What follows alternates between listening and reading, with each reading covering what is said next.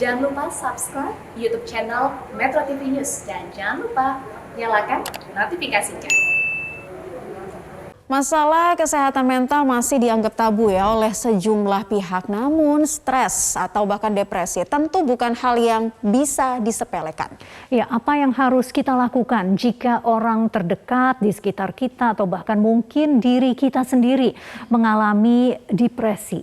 Kita akan membahas lengkapnya bersama psikiater, ada Dr. Jimmy Ardian. Kami juga mengundang Anda untuk berpartisipasi di line interaktif yang membahas tema menghadapi gejala depresi di nomor telepon 0215839900. Kami tunggu telepon Anda pemirsa. Selamat siang Dr. Jimmy. Halo, selamat siang. Dr. Jimmy, apa saja gejala yang menyertai jika seseorang ini sudah mengalami depresi, Dok? Mohon kami diberikan pencerahan. Ya, yang pertama perlu kita ketahui dulu bahwa depresi itu bukan perasaan sedih. Depresi adalah gangguan kejiwaan yang di dalamnya ada beberapa tanda dan gejala. Di sini tanda dan gejala ini minimal terjadi di dalam paling tidak 2 minggu dan ini terus-menerus. Ada perubahan mood yang menurun. Dalam hal ini mungkin bisa sedih, mungkin bisa tidak berdaya, bisa tidak berenergi, tidak mau keluar rumah, dan lain sebagainya. Dan ketidakmampuan untuk merasakan kesenangan. Jadi bukan nggak mau ngerasa senang, atau nggak mau melakukan hobi, tapi tidak mampu lagi merasakan kesenangan. Ada perubahan berat badan, ada perubahan dalam siklus tidur, ada perubahan dalam gerak fisik yang mungkin akan dilihat dari luar sebagai gerak fisiknya melambat. Ada energi yang berkurang, jadi kelihatannya mungkin dari luar malas, tapi sebenarnya energinya memang berkurang. Selain itu ada perasaan juga seperti tidak berharga, ada kesulitan dalam berkonsentrasi, dan ada juga pikiran tentang mengakhiri hidup. Dan minimal ada 5 dari 9 yang disebutkan tadi kita patut curiga kalau kita sedang mengalami depresi. Iya, Dokter Jimmy, ini kan yang tadi dokter katakan bukan hanya terkait dengan masalah emosional, tapi juga sudah sampai mengganggu fisik atau aktivitas sehari-hari. Dokter bisa jelaskan apa yang termasuk gejala dalam depresi ringan dan depresi yang sudah berat? Biasanya indikator ringan sedang berat itu banyak kepada disabilitas atau kesulitan kita dalam melakukan aktivitas sehari-hari. Pada kondisi depresi yang relatif lebih ringan, kita masih bisa beraktivitas seperti biasa. Pada kondisi depresi berat, seringkali aktivitas keseharian terganggu. Bahkan mungkin merawat diri pun bisa terganggu, mandi, makan itu pun bisa terganggu, apalagi bekerja. Sehingga salah satu indikatornya adalah kita bisa mengukur nih, apakah keseharian saya terganggu dan sejauh mana dia terganggu. Dr. Jimmy, siapa sih yang bisa menegakkan diagnosa bahwa kita ini mengalami depresi? Bisa tidak diri kita memang sudah merasa tapi mungkin tanpa bantuan misalnya Dr. Jimmy, bisa saja ini kita salah diagnosa sendiri begitu? Ya ini pertanyaan yang menarik. Depresi adalah sebuah masalah kesehatan. Dalam hal ini penegakan diagnosisnya sama sekali tidak sederhana, walaupun tadi kesannya yang dibaca gitu-gitu aja ya, tapi sama sekali tidak sederhana. Butuh kompetensi untuk mendiagnosis. Dalam hal ini yang boleh mendiagnosis adalah psikolog klinis ataupun psikiater, karena beberapa kondisi kesehatan lain itu nanti gejalanya mirip dengan depresi. Misalnya pada kondisi reaksi stres, misalnya pada kondisi bipolar fase depresi, itu mirip banget dengan kondisi depresi major atau depresi mayor misalnya.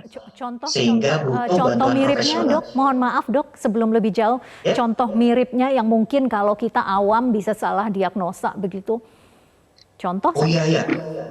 Contohnya misalnya pada reaksi stres, ketika stres besar terjadi, mood kita pasti menurun, reaksi fisik mungkin terjadi, jam tidur mungkin bermasalah, makan kita juga mungkin nggak nyaman. Kan listnya mirip ya seperti kondisi depresi, tapi pada reaksi stres, biasanya ketika stresornya mereda atau menghilang, kondisi kita membaik. Sementara pada depresi, sangat mungkin tidak. Jadi itu saja sudah 2 pembeda yang signifikan terlihat. Ya, jika kita mengetahui bahwa diri kita mengalami depresi gitu, apa yang seharusnya segera dilakukan? Tentu bercerita kepada orang yang bisa kita percaya mungkin bisa membantu sedikit perasaan. Namun jika kemudian pada konteks bercerita tidak membantu juga perasaan, mungkin kita perlu meningkatkan kepada konsul misalnya ya, ke psikolog. Dan dalam asesmen bersama psikolog, pada beberapa kondisi akan dilihat nih, jangan-jangan ini juga sudah berat. Pada konteks tersebut mungkin akan dirujuk juga kepada psikiater terdekat. Dokter Jimmy, kalau gangguan depresi mayor begitu ya, berarti kira-kira pengobatannya itu seperti apa sih saat seseorang didiagnosa, ditegakkan diagnosanya begitu? Ya, ya. Pengobatannya biasanya adalah kombinasi antara psikoterapi atau mungkin orang gampangnya konseling mungkin begitu ya. Kombinasi antara psikoterapi dan juga pengobatan jika dibutuhkan. Namun kita tidak perlu khawatir dalam konteks pengobatan karena ada batasan waktunya. Jadi, oh ini minum obatnya sampai berapa lama? Nanti ada batasan waktunya yang biasanya akan disampaikan oleh psikiater. Baik, jadi konsultasikan ke psikiater jika memang dirasa perlu untuk konsultasi, jika memang dirasa orang terdekat masih belum bisa mengenali ataupun menangkal dari dampak depresi yang dialami. Dokter Jamie, kita tahan dulu, ini kita ada satu penelpon dari Depok, Jawa Barat, ada Mbak Sofia. Selamat siang. Siang. Silakan pertanyaannya Mbak Sofia. Dokter, keluarga saya kalau stres itu biasanya susah tidur dan suka mual-mual gitu dok. Apakah ini tanda sudah harus minum obat antidepresi? Kalau iya, ini harus atas resep atau konsultasi dulu aja gitu apa gimana? Terima kasih Mbak Sofia. Silakan Dokter Jimmy. Terima kasih pertanyaannya Mbak Sofia. Ketika seseorang mengalami reaksi stres, benar kadangkala bukan cuma perasaannya yang terganggu, tapi juga reaksi fisiknya bisa terganggu. Dalam hal ini mungkin mual, mungkin ada tegangan otot tertentu, mungkin kita bisa mengenalinya juga dalam permasalahan tidur, susah tidur begitu ya.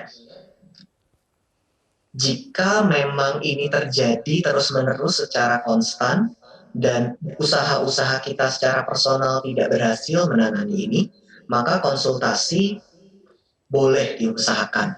Nggak apa-apa kok, konsultasi dulu. Termasuk kalau kita rasanya apakah ini butuh obat atau tidak, itu butuh ditanyakan secara langsung karena butuh assessment di sini.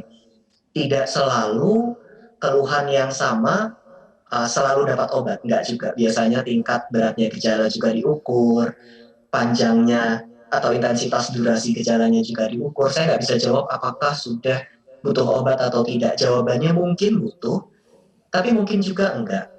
Nah, selama menunggu proses untuk mencari pertolongan profesional atau untuk melihat apakah saya butuh obat atau tidak, kita boleh kok mengusahakan sendiri. Kita boleh berlatih relaksasi, kita boleh berlatih mindfulness, kita boleh terhubung dengan sekitar yang memahami, kita boleh berolahraga, mengganti makanan dengan makanan yang lebih sehat, begitu ya.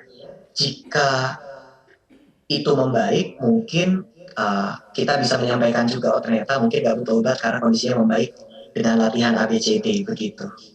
Dokter Jimmy, tidak semua bisa berkomunikasi dengan baik dan tepat seperti Anda ya. Banyak sekali yang harus kita pelajari terkait depresi. Tapi bagaimana cara membujuk orang terdekat untuk mau diajak berobat? Mungkin singkat saja tipsnya buat kita semua yang mendengarkan, Dokter Jimmy. Ya. Yang pertama, mari kita highlight bahwa dia pun terganggu. Dia nggak nyaman sama perasaannya. Jadi itu yang perlu dijadikan obrolan. Bahwa saya concern terhadap kondisimu, saya melihat kamu nggak baik-baik saja, dan saya ingin menolongmu dalam konteks ini. Dalam nuansa dan suasana dipahami dan dimengerti ini, lebih mungkin seseorang untuk ikut konsultasi, bukan dalam nuansa disalahkan atau direndahkan atau dianggap lemah, tapi dimengerti dan dipahami. Dokter Jimmy Ardian, terima kasih sudah berbagi informasi. Salam sehat selalu, dokter. Terima kasih Dokter Jemi sudah berbagi bersama kami bagaimana tipsnya bagi orang dekat khususnya ya untuk mengenali gejala-gejala depresi agar tidak berkelanjutan. Pemirsa